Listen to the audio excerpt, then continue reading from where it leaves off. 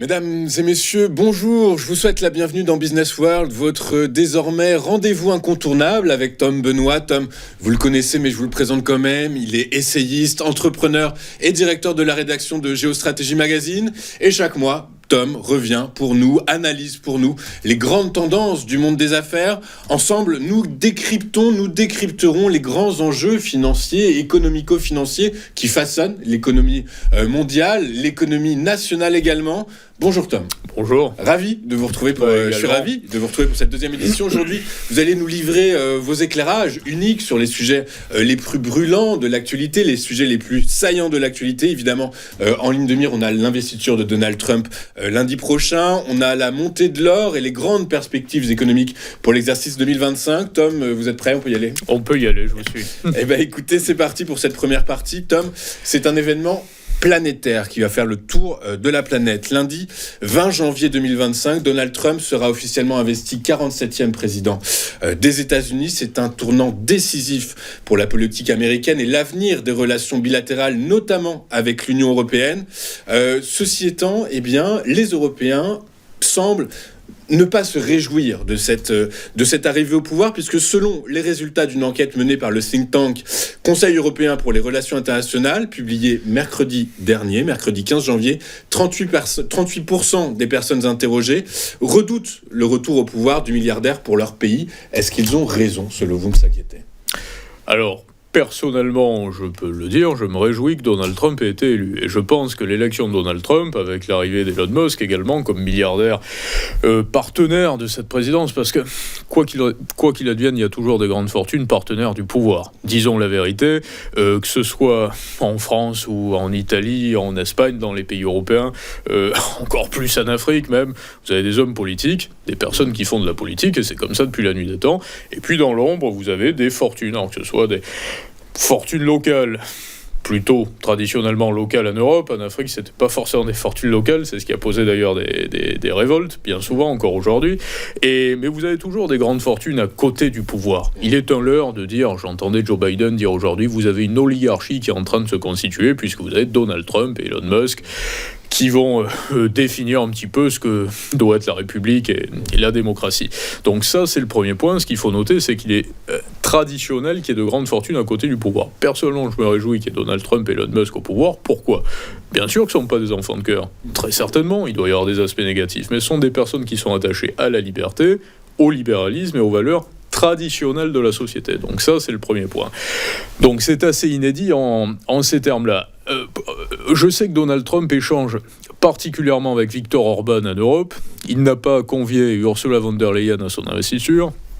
Les rares Français qui ont été invités sont Sarah Knafo, je crois, oui, et Éric Zemmour, donc sont plutôt les partis, en tout cas considérés, est-ce qu'ils le sont réellement, mais comme plutôt libéraux ou de droite dure. Alors je ne sais pas si Reconquête est un parti libéral, en tout cas il est classé à droite comme parti libéral, malheureusement, je pense qu'il est un petit peu moins que ce qu'on le voudrait.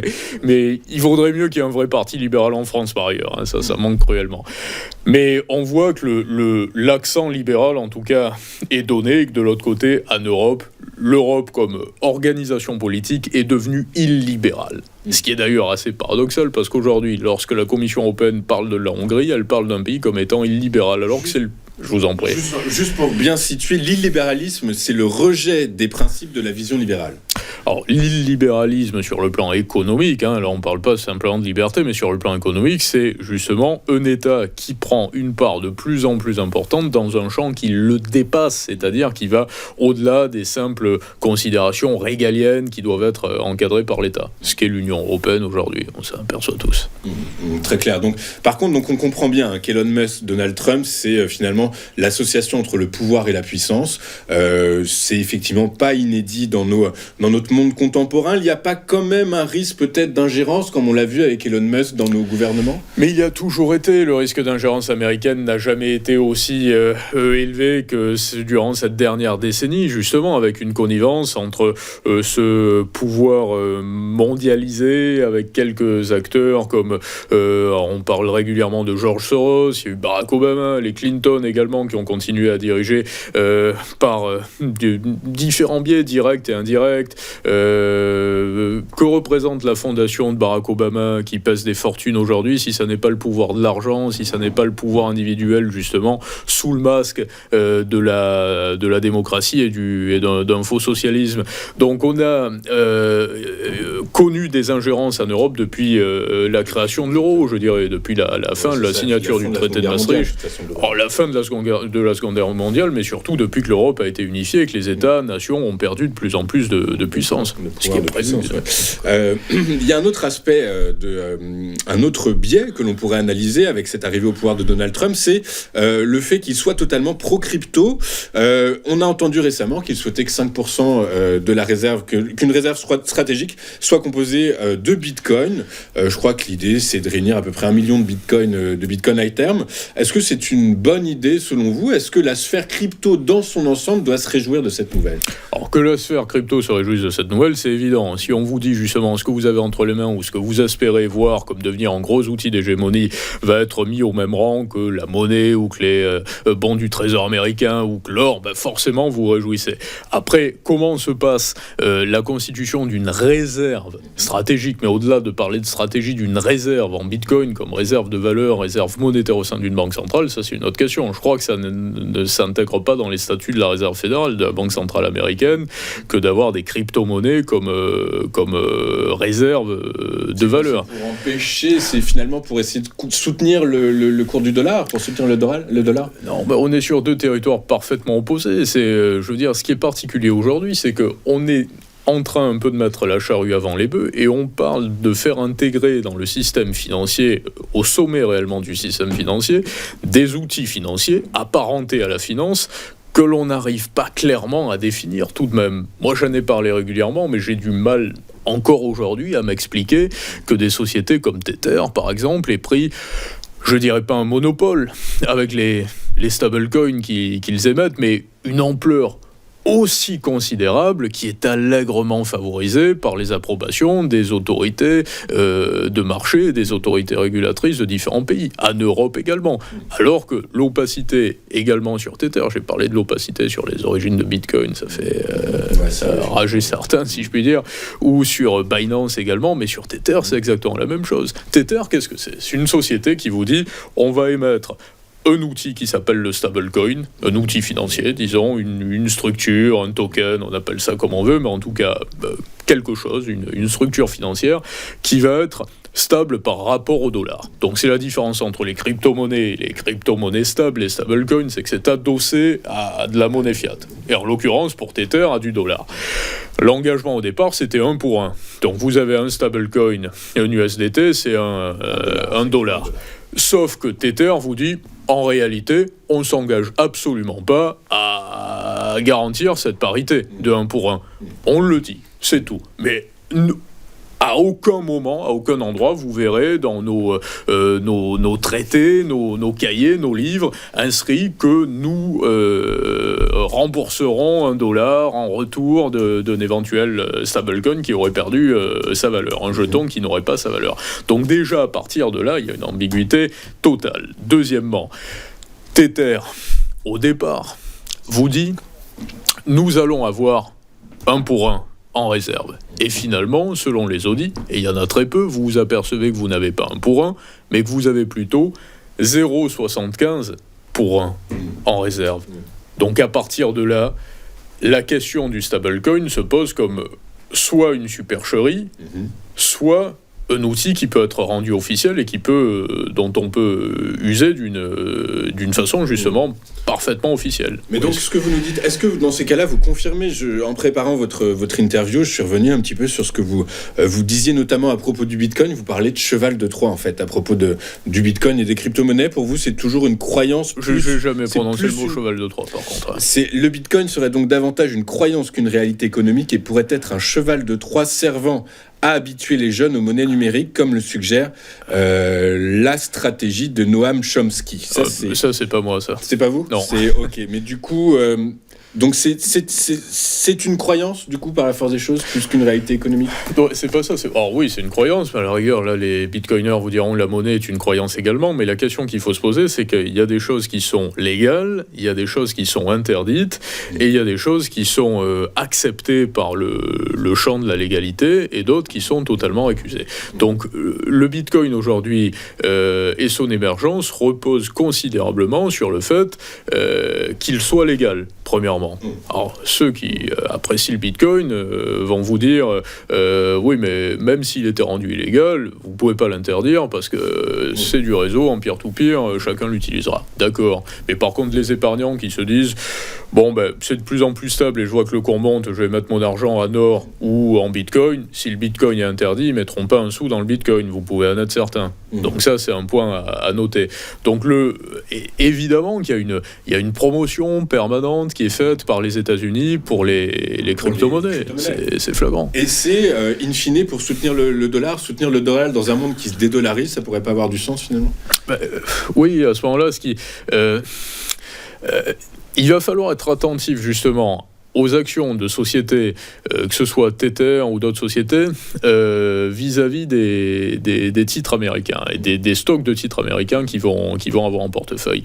Et on a le sentiment que de plus en plus d'acteurs majeurs de cette sphère de crypto est en train justement d'être in-out, mais de plus en plus in et de plus en plus out, c'est-à-dire de faire passer des choses de plus en plus réprouvées par la sphère crypto, qu'on appelle DeFi, décentralisé, et puis après d'avoir un pied de plus en plus marqué dans la sphère traditionnelle. Mais les stablecoins, ce qui est intéressant, c'est les stablecoins, principalement, parce que le stablecoin, c'est réellement, là vous êtes sur un territoire qui va totalement en dehors de la religion crypto. Donc c'est pas seulement le fait de dire la finance c'est fini, c'est le monde d'avant, je préfère les crypto-monnaies, c'est que vous avez la possibilité de faire réellement ce que vous pouvez faire avec de la monnaie, avec des banques, avec des organismes officiels, régulés et contrôlés, mais en dehors des radars. Par exemple, de faire passer des paiements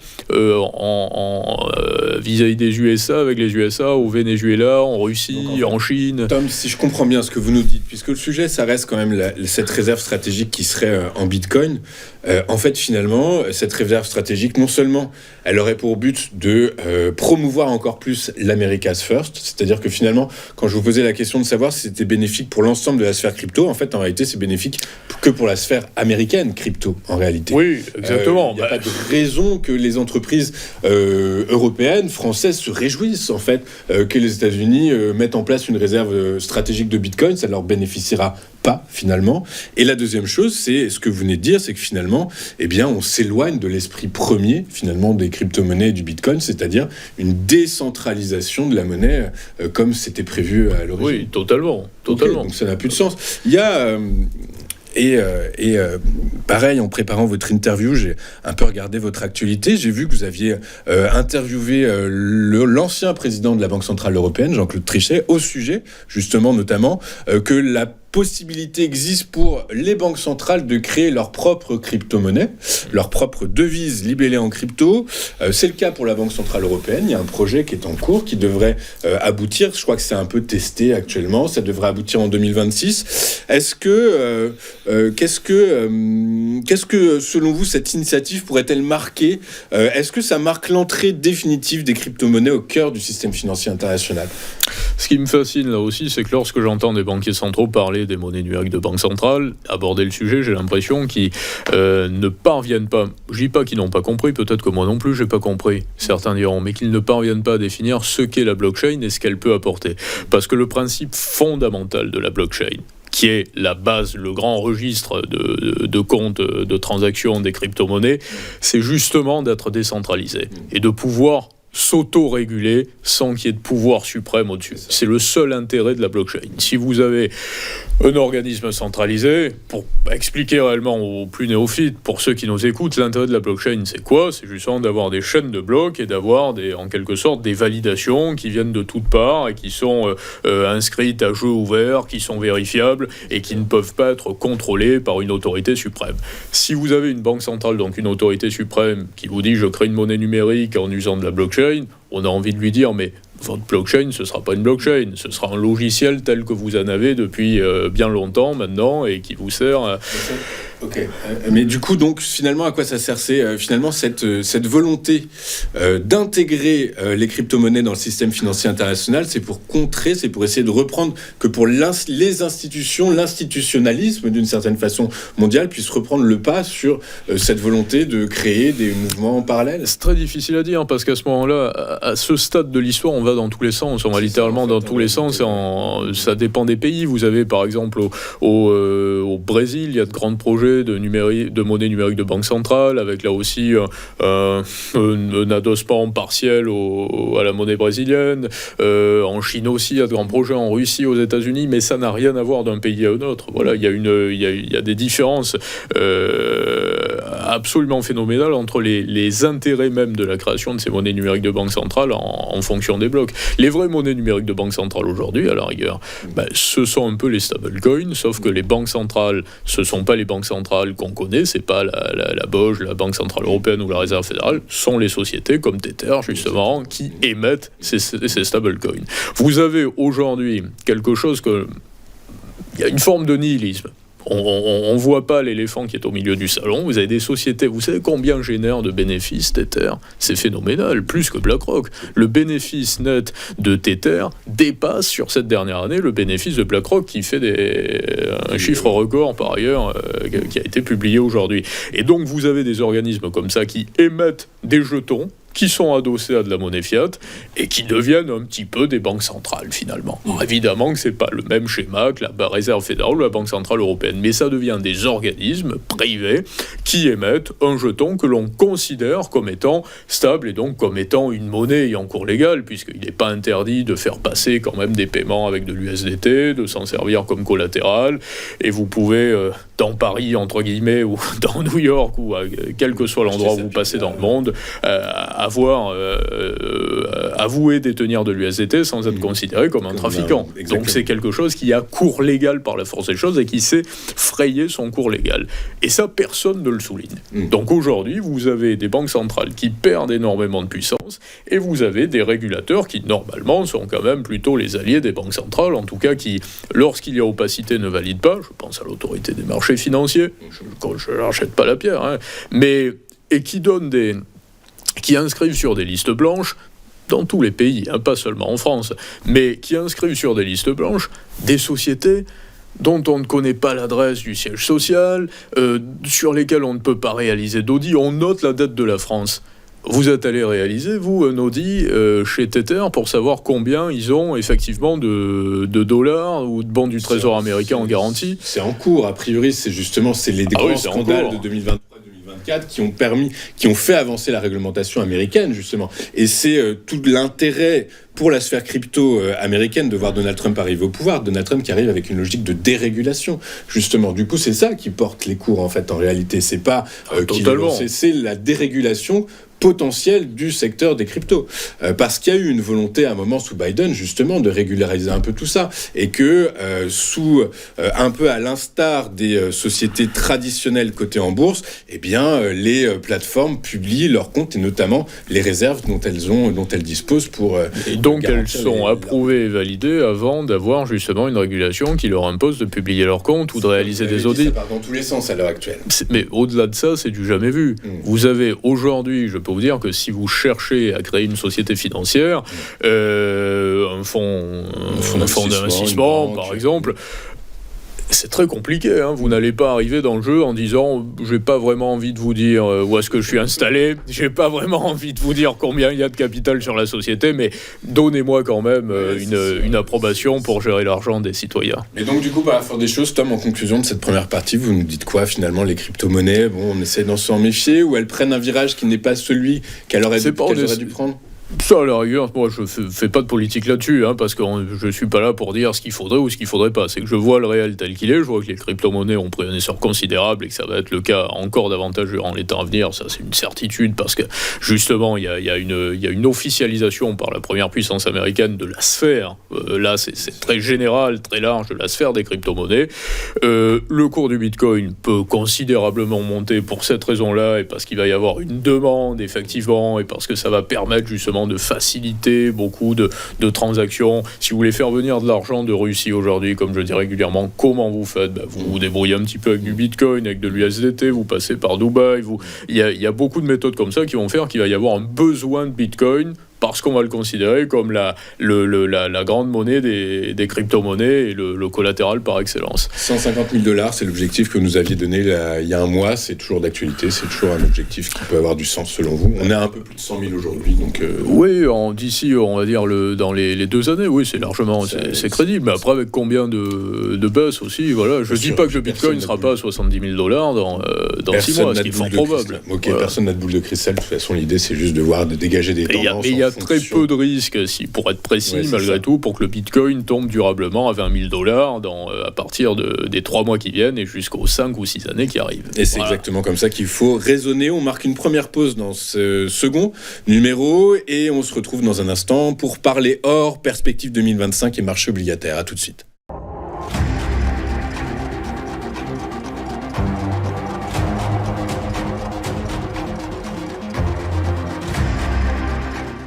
Nous sommes de retour dans cette seconde partie de votre nouveau rendez-vous mensuel avec Tom Benoît. Dans cette seconde partie, on va parler or et perspective 2025. Or, pourquoi ? Eh bien parce que l'or atteint des sommets très régulièrement ces dernières semaines, toujours porté par une demande importante des banques centrales, et notamment des banques centrales des BRICS. Tom, à quel niveau voyez-vous le prix de l'or en fin d'année 2025 et quels sont les facteurs qui, selon vous, pourrait soutenir cette tendance ? Alors, premièrement, personnellement, je suis intimement convaincu que le cours de l'or va monter et d'ici la fin de l'année, voilà, je pense très crédible les perspectives de Goldman Sachs qui prévoit l'once à 3 000 $ en décembre 2025. Donc, pour être précis à ce niveau-là, je pense même que l'or a un temps de retard par rapport à son ascension et notamment si on le compare au Bitcoin. Alors, je compare rarement l'or au Bitcoin en termes de structure, mais si on compare les cours en tout cas. Après, ce qui est intéressant, c'est de comparer tous les placements. Si on parle d'investissement. Le gros problème, d'ailleurs, des conseillères d'investissement principal, c'est que vous avez des spécialistes de l'or, vous avez des spécialistes de l'immobilier, vous avez des spécialistes de la bourse, et dans la bourse, après, exactement, des produits structurés qui travaillent. Et en réalité, quand les gens commencent à s'intéresser à la bourse, c'est parce que la bourse a réalisé des prouesses. Donc, vous avez 3 années avec des marchés qui montent et vous avez de plus en plus d'articles de presse qui font que la plupart des épargnants se disent effectivement aller sur le CAC 40 ou le S&P, c'est quand même intéressant parce que je regarde les grosses...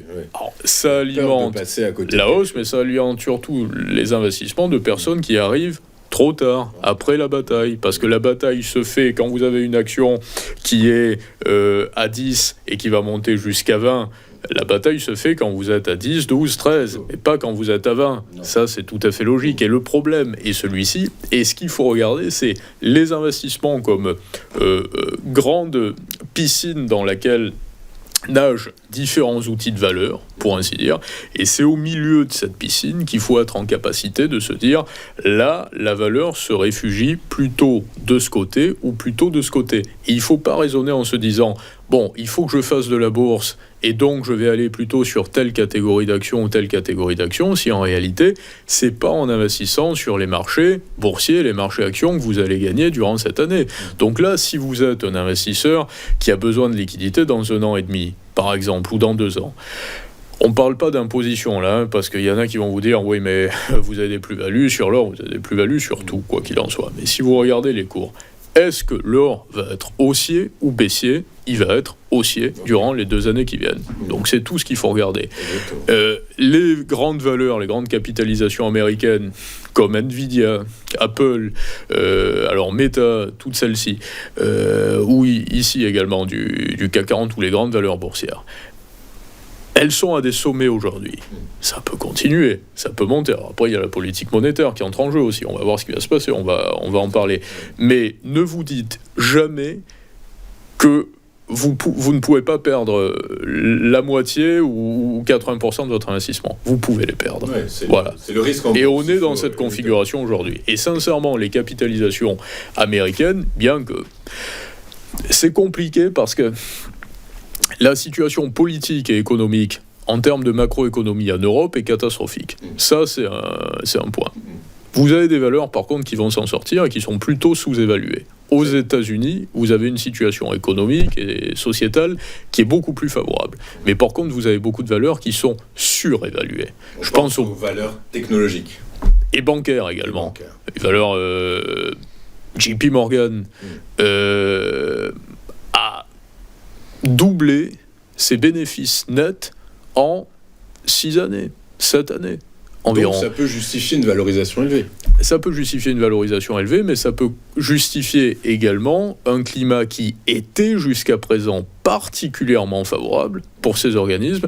Mais je ne dis pas qu'il faut totalement s'éloigner des banques pour autant, parce qu'on n'est certainement pas à la fin, on n'a pas acté la fin. Mais après, il va y avoir différentes catégories. Par exemple, aujourd'hui, moi, pour investir dans une bancaire, je regarderai tous les organismes, tous les groupes qui vont se lancer spécifiquement sur la banque d'investissement et qui vont faire de la fusion-acquisition à très grande échelle sur un territoire sur lequel elle n'était pas présente. Je m'explique.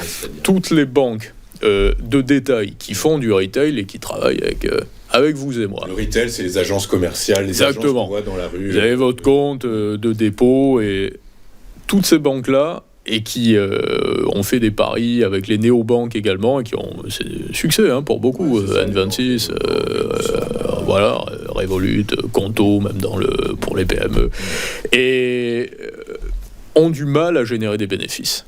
Il y a peu de bénéfices parce que finalement, ils conservent relativement peu d'argent, il y a beaucoup de flux, ça coûte très cher, la machine est compliquée à lancer. Par contre, on s'est aperçu que toutes les banques qui font de la banque d'investissement génèrent des bénéfices records. Et il y a des géants, je pense à UBS par exemple. UBS, vous avez, je n'ai pas d'action chez UBS, 2/3 des milliardaires de la planète qui sont clients chez UBS. Et UBS est relativement peu présent en Europe aujourd'hui. Et sur ce que j'entends, à droite et à gauche, il y a de grandes ambitions pour ces organismes-là de conquête sur le territoire européen et sur ce secteur d'activité. Donc toutes les banques qui vont travailler dans la fusion-acquisition et qui vont surtout s'investir sur un territoire sur lequel elles ne sont pas présentes, celles-là vont réellement évoluer. Et après, il va y avoir les conséquences de la politique monétaire qui va bousculer un petit peu les choses, parce que vous avez beaucoup de stocks d'obligations dont la valeur va être modifiée également par rapport au changement de politique monétaire, puisque... Continue, je vous écoute. Mais effectivement, tout ça va porter l'or. A priori, ce sont des mesures qui devraient porter l'or. La politique monétaire, le risque géopolitique aussi, même s'il a tendance un peu à s'amoindrir, notamment aujourd'hui. Et le pétrole aussi, d'ailleurs. Le pétrole, etc. Il y a quand même beaucoup l'inflation. Il y a beaucoup de facteurs qui peuvent soutenir les cours de l'or. Et le pétrole sera un peu l'or des actions, vous voyez, du marché actions, en quelque sorte. Okay. Vous allez vous retrouver avec une sorte de valeur sûre, de valeur refuge, d'action refuge. Le pétrole qui est source d'inflation. Alors, par la force des choses, ça devrait...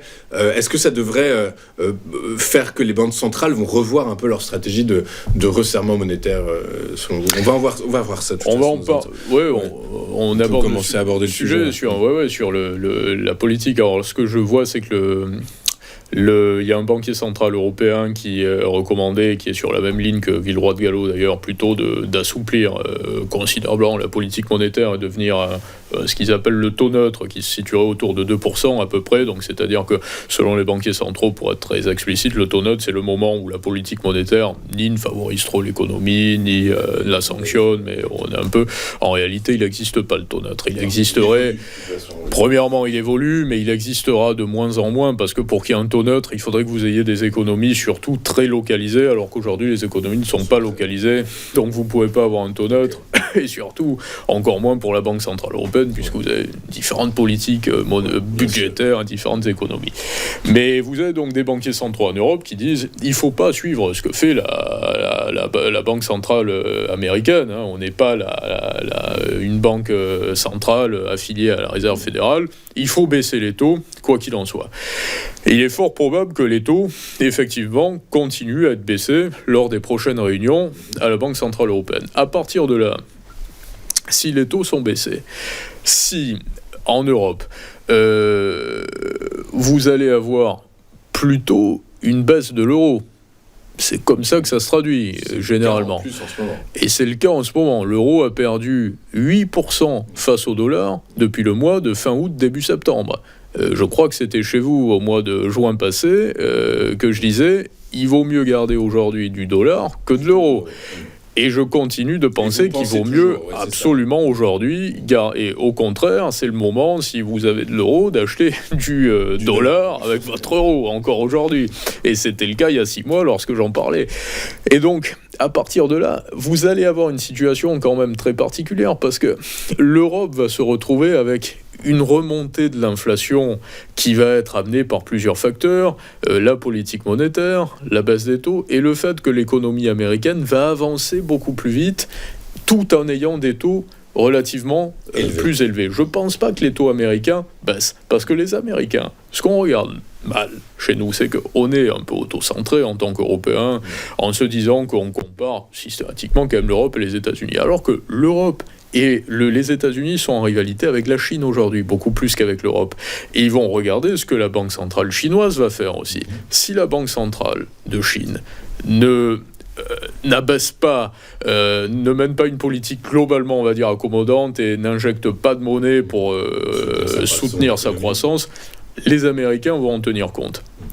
Et ils mèneront quasiment la même politique. Ils n'attendront pas de la politique monétaire pour favoriser la croissance. Si les Chinois, moi je pense pas que les Chinois justement puissent se permettre de mener une politique monétaire trop accommodante parce qu'ils perdraient en crédibilité auprès des autres pays des BRICS et même des autres pays durablement, et surtout ils ont déjà injecté de la monnaie, il y a beaucoup d'épargne en Chine. Il y a énormément d'épargne, et même chez les classes populaires. C'est pour ça que l'économie ne décolle pas d'ailleurs, les Chinois ne consomment plus, ils épargnent. Exactement, mais ils sont en capacité, donc je veux dire, il y aurait plutôt des stratégies politiques sur les aides sociales par exemple, qui devraient entrer en jeu. Ça s'assouplit un petit peu, effectivement. Voilà, en Chine, plutôt que sur la politique important monétaire. De le noter, pour une approche, un paradigme politique de cette trempe-là. Cette catégorie, absolument. Et donc les Américains vont regarder ça. Moi, tout le monde parle de la politique monétaire aux États-Unis, comme s'il allait se passer beaucoup de choses. Moi, je pense qu'on se donne rendez-vous dans 6 mois, que la politique monétaire aux États-Unis ne va pas être accommodante et qu'il ne se passera pas grand-chose sur les taux. C'est ce que commencent un peu à anticiper les marchés financiers, c'est-à-dire qu'ils ont anticipé 2, 3, 4 baisses de taux en 2025. Il y en aura une voilà. pour le consensus des analystes, et même certains commencent éventuellement à se dire que la Fed pourrait hausser ses taux, justement, plutôt probable. Ils n'auront pas besoin, quoi qu'il en soit, pour soutenir le marché action, d'abaisser les taux. Les Américains vont attirer les capitaux du reste du monde durant toute la première partie. L'arrivée de Donald Trump aux États-Unis, c'est le protectionnisme. Surtout avec l'arrivée de Donald Trump, surtout avec l'arrivée de Donald Trump, et j'en ai parlé régulièrement. Surtout il faut s'intéresser aujourd'hui aux petites et moyennes capitalisations américaines. C'est là qu'il va se passer énormément de choses. Alors après, vous faites référence aux droits de douane, on va en parler. On en parlera. Alors effectivement, on va basculer dans cette deuxième partie de vos perspectives, les perspectives 2025, Tom. Donc on a parlé tension géopolitique, on a parlé incertitude liée aux politiques monétaires. Parlons un peu de l'intelligence artificielle. Est-ce que c'est un des grands thèmes de l'exercice 2025 ? Est-ce qu'il y en a d'autres même d'ailleurs ? Oui, alors c'est l'un des grands thèmes en effet, surtout parce qu'on attend, alors tout le monde écoute un petit peu les paroles des dirigeants justement qui travaillent pour des grands groupes dans l'intelligence artificielle, et le grand sujet c'est de se dire si le patron de Apple, Nvidia ou tous les groupes qui ont investi dans l'intelligence artificielle, alors pour Apple ça a été un peu un flop là ces derniers temps sur l'IA avec le casque, disent ça va mettre 10 ans, il ne se passera pas grand-chose durant les 5 années, les investisseurs s'éloignent des actions qui travaillent dans l'IA. Si par contre les dirigeants qui travaillent dans les grands groupes qui font de l'IA vous disent il va y avoir une croissance exponentielle de l'intelligence artificielle en termes de part prise à la fois dans l'économie et dans la société, tout le monde se rue sur l'IA. C'est un peu ça la grande question. Et tout le monde attend. Ceux qui sont positionnés sont les Américains, en effet. À ce niveau-là, oui, c'est une certitude, bien sûr.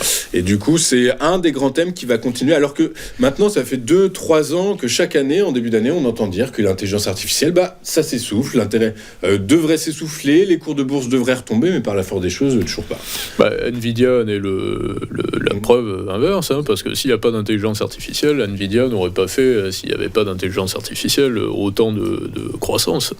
Début 2025, on parlait, fin 2024, début 2025, on parlait des montées de tensions géopolitiques. C'était le cas au Proche-Orient, Moyen-Orient, en mer méridionale de Chine, un peu partout aux quatre coins du globe. 2024, on n'a jamais eu autant de conflits armés dans le monde. Pour autant, là, depuis quelques jours, aujourd'hui notamment, on est le 17 janvier 2025, au Proche-Orient, on se dirige vers un accord de cessez-le-feu entre le Hamas et Israël. Est-ce que c'est un bon signe pour vous, pour 2025 ? Les tensions géopolitiques peuvent être en train de s'apaiser, selon vous ? Disons que c'est pas les mêmes. Finalement, non, elles vont être plus graves aujourd'hui, mais elles seront moins terre à terre en quelque sorte. Elles vont être beaucoup plus localisées en Europe, sur le sol européen, parce qu'il va y avoir des tensions au sein des États-nations européens, justement, d'ordre géopolitique, mais là, ça ne va pas se traduire par des guerres, en quelque sorte. On n'est pas dans une situation équivalente à celle d'Israël ou de la Palestine, ou de ce qu'on voit dans des pays comme la Syrie, mais il va y avoir de grosses tensions géopolitiques, et avec les États-Unis notamment. Par contre, évidemment que du côté, sur la partie Israël, puisqu'on fait référence à ça, là, c'est plutôt en train de se calmer, c'est une évidence. Voilà.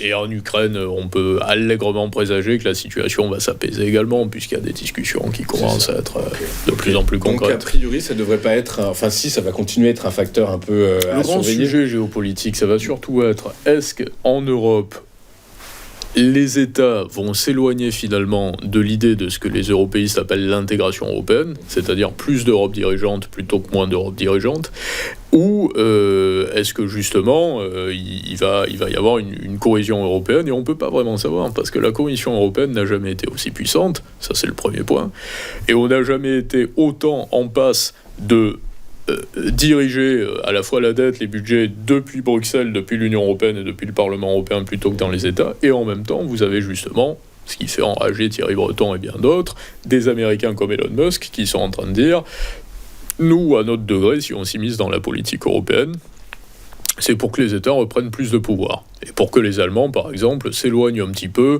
de cette Europe toute puissante, et à terme que les Français aussi, et que les Britanniques, qui ne font pas partie de l'Europe, mais de l'Europe comme continent aussi, soient quand même beaucoup plus indépendants en matière de décision, par exemple, sur les stratégies de défense ou sur la politique étrangère. Donc à partir de là, Donald Trump n'est pas au pouvoir encore, il n'est pas investi. Peut-être. C'est pas idiot comme raisonnement, parce qu'en effet, on pouvait se dire à une époque qu'il était dans l'intérêt des États-Unis de créer une Europe pour pouvoir la téléguider avec une monnaie unique, une banque centrale, un Parlement européen, une Commission européenne, et qu'aujourd'hui, finalement, moi je suis pas très favorable à l'Union européenne, et surtout telle qu'elle est constituée, mais je suis favorable aux collaborations entre pays européens, avec des chefs d'État forts qui peuvent diriger, qui peuvent collaborer, qui peuvent signer des traités.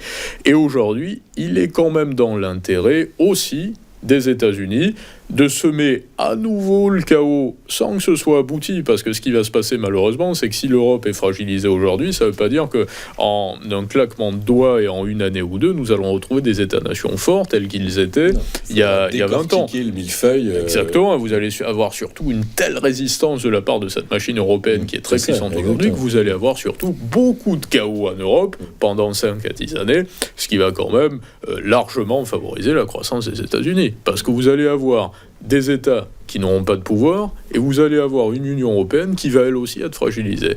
C'est ça qui va se passer un petit peu. En fait, finalement, je reviens à la première question que je vous posais à propos de l'arrivée de Donald Trump à la Maison-Blanche dès lundi prochain. Le risque pour l'Europe est énorme, en fait. Mais c'est pas l'arrivée de Donald Trump qui est le risque pour l'Europe. Moi, je pense que l'arrivée de Donald Trump est un bénéfice, quoi qu'il en soit, pour la civilisation entière, pour le monde. Voilà, ça, c'est mon point de vue. Et je pense que même pour l'Europe, il sera quand même beaucoup plus favorable d'avoir un moteur américain qui soit libéral plutôt que d'un moteur américain qui soit woke, libéral, socialiste, avec George Soros qui vous dit que ou Klaus Schwab ou toutes ces personnalités qui vous expliquent que les libertés individuelles ne valent rien, que Los Angeles doit ne plus avoir de voitures qui circulent sur ces autoroutes, et que toutes ces mesures qui consistent en des privations de liberté énormes pour les entrepreneurs et pour tout le monde, alors que ce soit un ménage ou un investisseur du monde entier, doivent croître. Donc je préfère que Donald Trump soit au pouvoir. À terme, ce sera quand même favorable pour l'Union européenne aussi, pour les pays d'Europe.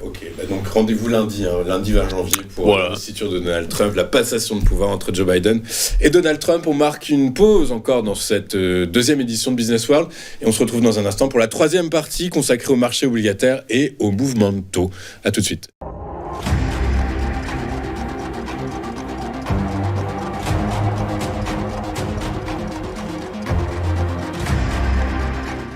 C'est l'heure d'ouvrir la troisième partie de cette deuxième édition de Business World avec Tom Benoît, Tom, essayiste, économiste. Avec vous, Tom, on va aborder maintenant le sujet marché de taux, marché obligataire, puisque ça n'a échappé à personne. Les taux flambent aux quatre coins de la planète actuellement sur fond d'incertitude autour de la politique de Donald Trump, sur fond de resserrement monétaire des principales banques centrales de la planète.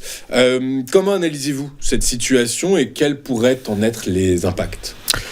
Alors, on a un peu abordé le sujet. Ce qu'il faut noter surtout, c'est qu'on est au bord du précipice en France. Je lisais plus précisément le directeur de Deutsche Bank qui disait ne prenons pas le risque d'en arriver à être dans la situation des Français. Sous-entendu, sur le plan obligataire, d'avoir un pays ingérable, des taux d'endettement justement qui montent, puisqu'on sait que la France emprunte plus cher qu'elle n'empruntait précédemment. Donc le pays qui est au bord du précipice, c'est la France. Pourquoi également ? Parce que tout le monde va en parler dans quelques mois, et là pour Laurent, j'ai l'impression que les gens se désintéressent du sujet, dans les médias malheureusement. Si la note de la France est dégradée une prochaine fois, cette fois-ci ce sera la première pour laquelle la note sera réellement dégradée. Parce que si la France venait à passer en simple A, à partir de là vous allez avoir énormément de fonds d'investissement qui détiennent en portefeuille les titres, c'est-à-dire qui ont, eux, la dette de la France entre les mains, qui vont devoir s'en délester. Et qu'est-ce qui se passe s'ils s'en délestent ? Les taux vont monter. Et à partir de là, vous allez avoir une vraie flambée des taux. Ça veut dire que ce qu'il faut attendre, c'est la notation par les agences, mais la prochaine, les précédentes, c'était de la littérature, parce que c'était sensiblement pareil, dans les mêmes paliers, avec une perspective négative. Et que disait Moody's, S&P jusqu'à présent ? Nous ne dégradons pas considérablement la note parce que votre pays a une épargne abondante. Sous-entendu, elle peut être utilisée justement pour compenser, pour combler le trou, si éventuellement il y avait une problématique. Et c'est pour cette raison-là également que beaucoup de dirigeants européens, européistes et français européens dans l'état d'esprit, au-delà même de leurs ambitions, vous expliquent qu'il faut une union des marchés de capitaux, qu'il faut une union de l'épargne et de l'investissement, et qu'il faut pouvoir titriser l'épargne des Européens. Double raison, parce que premièrement, effectivement, parmi ces personnes, il y en a bien qui ont envie justement de se servir de l'épargne privée pour pouvoir créer une petite usine à gaz bien alambiquée qui va permettre de continuer à s'endetter, de faire fonctionner la machine publique qui va devenir une grosse machine publique européenne. Mais il y a aussi que si ces gens-là ne paradaient pas sur les plateaux de télévision et dans différents médias spécialisés en disant « Regardez, nous sommes en train de prévoir une architecture qui va nous permettre d'utiliser l'épargne privée, on est en train de l'expliquer à la population, on est en train de l'expliquer aux épargnants ». Quoi qu'il en soit, ça ne les regarde pas beaucoup parce que ça va être surtout de la manœuvre comptable, pour ainsi dire, et fiscale. C'est ça, un peu bancaire finalement. Un peu bancaire. Ça peut avoir du sens. Ce qu'ils sont en train, selon moi, ça n'a qu'un mauvais sens, mais ce qu'ils sont en train de faire principalement, c'est d'envoyer un signal justement aux agences de notation et aux fonds en disant « Nous sommes prêts à user de l'épargne, donc... » Restez à la perspective négative, mais n'abaissez pas la note, parce que là, si vous abaissez la note, on est vraiment mal, par contre. Tom, je reviens, une toute petite précision. Effectivement, Fitch et S&P ont baissé la perspective de la France à négative. C'est Moody's qui a baissé la note de la France de A à 2 à 3. Donc, il y a déjà eu un premier mouvement pour fêter l'arrivée de Bayrou au gouvernement. Seconde chose, et effectivement, alors, je ne vais pas me faire l'avocat du diable, juste, j'essaye d'expliquer aussi ce qui pourrait être le raisonnement de la pure solvabilité, du calcul de la pure solvabilité de l'État français. En fait, en réalité, ce qu'ils disent, c'est qu'effectivement, la dette se creuse, et ça, c'est malheureusement le cas. Mais en face, la France dispose d'actifs. Vous parlez de l'épargne, mais il y a aussi des actifs immobiliers. Et là, il y a peut-être quelque chose, et c'est là-dessus que j'aimerais vous entendre. Certains disent, oui, mais le pouvoir le pouvoir d'imposition, les niveaux d'imposition peuvent être encore élevés. Est-ce que c'est juste de dire ça? Et est-ce que tout ça pour rassurer les agences de notation, est-ce que c'est juste ça? Est-ce qu'il y a encore de la place pour imposer encore? Il n'y a pas de place pour imposer, mais évidemment, justement, en effet, si les politiques aujourd'hui n'expliquent pas au marché qu'ils vont être en capacité d'une façon ou d'une autre de lever de l'impôt, ils se font dégrader, ils se font allumer, et là, il y a une panique obligataire, il y a une crise. Donc il faut, au-delà même, ce qu'on a du mal à comprendre, c'est qu'on pourrait même se dire d'ailleurs, lorsque vous avez des politiques, des hauts fonctionnaires qui arrivent sur les plateaux, dans les médias en vous disant il faut mobiliser l'épargne privée. Ils ne sont pas en train d'expliquer aux épargnants pourquoi il serait bénéfique de leur prendre leur épargne et de les surimposer s'ils voulaient la garder liquide pour que l'État s'endette. Parce qu'évidemment qu'à partir de là, si je vous explique, je vous dis il faudrait que votre épargne serve pour que le pays puisse s'endetter, vous allez être moyennement chaud. Vous allez dire ça ne m'intéresse pas beaucoup. Mais ces gens-là le font parce qu'ils sont obligés vis-à-vis des marchés de montrer qu'ils préparent la population à ça et qu'ils préparent les épargnants à ça. Là où il y a un gros risque qui est sous-estimé, c'est que vous regardez les valorisations des organismes bancaires par rapport à leurs capitaux propres. Les ratios sont largement supérieurs aux États-Unis, surtout sur JP Morgan. Il y a des sociétés, des banques qui sont moins bien notées, comme Citigroup par exemple, qu'en France et en Europe plus largement. Mais en France, on est particulièrement mal lotis à ce niveau-là. Ça veut dire qu'on a des banques qui sont de très grosses banques, des méga-banques, comme on les appelle, qui valent moins que leurs capitaux propres. Donc ça, c'est plutôt qui ont un ratio qui est inférieur aux capitaux propres, donc ce qui est mauvais signe pour ces banques-là. Si ce sont ces banques-là, parce qu'il n'y a pas d'union de l'épargne et de l'investissement, d'union des marchés de capitaux aux États-Unis, il va y en avoir une en Europe, si ce sont ces banques-là qui vont voir leurs épargnants fuir vers d'autres organismes bancaires en dehors de la zone, Suisse, Moyen-Orient, États-Unis, ce sont ces banques-là qui vont encore perdre des capitaux propres, qui vont perdre de la liquidité. Donc, est-ce que les hauts fonctionnaires, les politiques et les régulateurs de marché prennent suffisamment, c'est une question, personnellement je ne le crois pas, j'ai pas l'impression justement, prennent suffisamment en compte le risque bancaire en termes de stabilité des banques européennes par rapport à cette idée d'union de l'épargne et de l'investissement qui petit à petit va faire bien assimiler à tous les épargnants que l'épargne n'est pas en sécurité en Europe. J'ai pas l'impression. Je pense que le risque est sous-estimé. Parce qu'à la longue, au fil des années, ça fait 1 an déjà qu'on en parle de plus en plus, expliquer à tout un bloc que son épargne privée ne doit pas être si privée que ça et que finalement elle doit servir pour s'endetter, que l'épargne, finalement, est-ce que c'est sain d'avoir de l'épargne? Pas vraiment. Au bout d'un moment, la plupart des gros investisseurs, on a compris le signal, mais le monde est quand même ouvert, je vais peut-être ouvrir un compte à l'étranger, je vais aller ailleurs, parce qu'en Europe, on est en train de bien m'expliquer que mon épargne ne sera peut-être plus forcément à moi, et que ça va pas être fait directement, ça va être surtaxé, ça va être surimposé, mais ça sent pas très bon, la musique est mauvaise.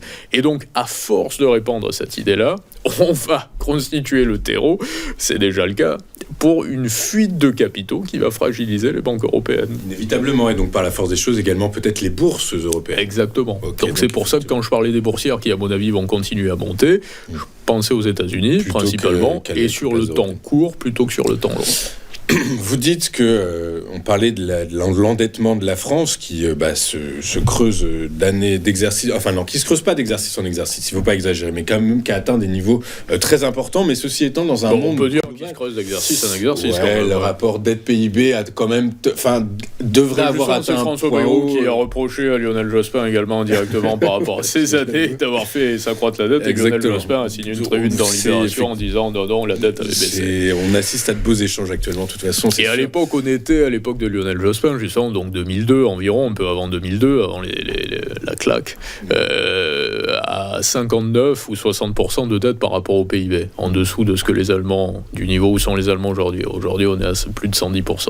On est à plus de, exactement, c'est des niveaux Oui, c'est ça, c'est 2010, la dichotomie, dichotomie de modèles économiques entre la France et l'Allemagne. Pour autant, on vit dans un monde qui s'endette de plus en plus. Il a atteint des niveaux records en 2024, il devrait atteindre des niveaux records en 2025. Est-ce qu'on est à l'orée d'une grave crise financière mondiale ? Je pense qu'on est aujourd'hui dans une crise financière mondiale, quoi qu'il en soit. Mais y compris les personnes qui dirigent un petit peu la finance vous l'avouent bien allègrement. Si on n'était pas dans une crise financière, il n'y aurait pas de problème sur la dette, il n'y aurait pas de problème justement économique non plus en Europe. On n'aurait pas besoin de se servir de l'épargne privée pour relancer tout ça. Donc on est déjà dans une crise. Et la polarisation, par contre, il ne va pas y avoir d'effondrement aussi systémique finalement que ceux que nous avions connus, parce qu'il y a déjà des portes de sortie aujourd'hui. Donc, comme je le disais précédemment, ça va être plus insidieux. Vous allez avoir une ouverture vers un monde qui va mieux que le nôtre et qui se situe justement un peu plus au sein des pays des BRICS ou même des États-Unis. Mais la crise ne va pas être aussi mondiale que celle de 2007 ou 2008. Exactement, d'accord. Donc, mais quand même, en fait, ce que vous craignez, c'est une crise dans notre modèle européen. Moi, ce que je crains principalement pour les Français, si on parle des Français, parce que ce qui m'inquiète vraiment, c'est la préoccupation des Français, c'est la situation pour pouvoir vivre confortablement en France. C'est que moi, j'aimerais profondément apprendre aux Français, en quelque sorte, ou les aider, si je puis dire, à faire de la politique pour eux, c'est-à-dire à faire du business et à pouvoir s'enrichir. Et je pense que les Français l'ont compris, ils pourront plus s'enrichir par rapport aux canaux qui leur sont servis sur un plateau, et c'est certainement pas par rapport aux produits d'épargne européens qui va être créé, qui pourront voir leur épargne protégée pendant 5 ans, 9 ans, on verra les termes qui sont instaurés, mais au contraire, c'est ce qui va faire qu'ils vont être surtaxés, qu'ils vont être ponctionnés d'une certaine façon. Et je pense aujourd'hui que la seule façon pour s'en sortir, si vous êtes Français, c'est de faire des affaires plutôt que de faire des investissements. Vous ne pourrez plus compter sur les simples investissements pour assurer votre retraite et pour assurer votre patrimoine. Tout ceci est terminé. Donc c'est en ce sens également, par rapport à ce qu'on disait précédemment, qu'il faut réellement savoir où se trouvent les valeurs sûres, les valeurs refuges. Et à ce titre-là, moi je pense que l'immobilier reste, par exemple, encore aujourd'hui, une valeur refuge, mais pas l'immobilier en France, mais l'immobilier dans d'autres parties du monde. C'est différent, là c'est plus spéculatif, mais plus aux États-Unis, à la rigueur, vous voyez, ou dans des parties un petit peu plus stables, où il y a moins de croissance. Mais pour pouvoir gagner de l'argent, pour pouvoir générer du bénéfice, aller sur des secteurs, c'est un peu ce qu'on vous apprend au départ quand vous faites des affaires, allez sur des secteurs où il y a de la demande réellement. N'allez pas sur des secteurs qui sont saturés et qui sont saturés par les demandes d'investissement. Allez surtout sur des secteurs où il y a de la demande, où il y a encore une demande sur les produits et les services qui sont proposés. Par exemple, dans les matières premières. Vous avez énormément aujourd'hui. Moi, j'ai une société qui fait de l'import-export de matières premières. Donc, je veux dire, matières premières agricoles ou industrielles ? Alimentaires. Sucre, café, cacao également. Et vous avez, par exemple, sur le cacao, par exemple, pour prendre un exemple très concret, vous avez les Chinois ne mangeaient pas de chocolat jusqu'à présent, pour être très précis, voilà. Et non mais effectivement c'est très intéressant. Oui c'est ça, mais on me dit, enfin c'est très bien ce que vous nous dites en fait. Et on en apprend beaucoup sur vous. Et vous avez une demande énorme de cacao dans le monde entier. Pourquoi ? Parce que les Chinois se sont mis à manger du chocolat. C'est aussi simple que ça. Moi je consomme pas de sucre par exemple. Mais j'ai fait des affaires sur des dizaines de tonnes de sucre sur ces 2 dernières années et qui m'ont rapporté, si je puis dire, beaucoup d'argent. Mais pourquoi ? Parce que vous avez une demande sur le sucre dans le monde entier qui est très tendue. Il y a énormément de consommation de sucre et de plus en plus. Donc ça, ce sont des secteurs, alors malheureusement, après de notre côté aussi quand même, les matières premières. Oui, à un moment, on avait des problèmes. Quand c'est physique, pas vraiment. Vous savez, moi, ce que je conseille, les affaires sont de la spéculation, mais la vraie spéculation, c'est la spéculation sur les contrats. Après, là, je ne fais pas de philosophie, parce que je veux dire, c'est pas. Mais lorsque vous faites du trading physique, lorsque vous faites naviguer des navires du Brésil jusqu'à la Méditerranée, vous ne faites pas vraiment de la spéculation, vous faites du commerce, tout simplement.